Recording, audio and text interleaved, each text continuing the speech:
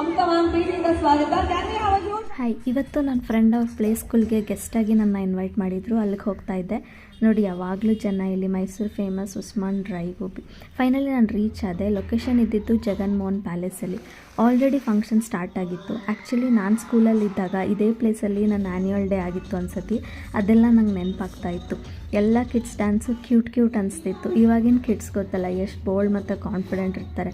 ಆಮೇಲಿಂದ ಅದಕ್ಕಿಂತ ಹೆಚ್ಚಾಗಿ ಅವ್ರ ಪೇರೆಂಟ್ಸ್ ನೋಡೋಕ್ಕೆ ಇನ್ನೂ ಖುಷಿ ಆಗ್ತಿತ್ತು. ಚಿಕ್ಕ ವಯಸ್ಸಿಂದ ನಮ್ಮ ಪೇರೆಂಟ್ಸ್ ನಮಗೆ ಎಷ್ಟು ಸಪೋರ್ಟ್ ಮಾಡ್ತಾರಲ್ವ, ಆವಾಗ ಪರ್ಫಾಮೆನ್ಸ್ ಕೊಡೋದಕ್ಕೂ ಈಗ ಪರ್ಫಾಮೆನ್ಸ್ ನೋಡೋದಕ್ಕೂ ಒಂಥರ ನಾಸ್ಟಾಲಜಿಕ್ ಫೀಲಿಂಗ್ ಇತ್ತು. ಆ್ಯಂಡ್ ಫೈನಲಿ ನಾನು ಏನಕ್ಕೆ ಅಲ್ಲಿಗೆ ಹೋಗಿದ್ದೆ, ಅದಕ್ಕಿಂತ ಆ ಪ್ರೋಗ್ರಾಮ್ ನೋಡಿ ನಾನು ಅದನ್ನು ಜಾಸ್ತಿ ಎಂಜಾಯ್ ಮಾಡಿದೆ.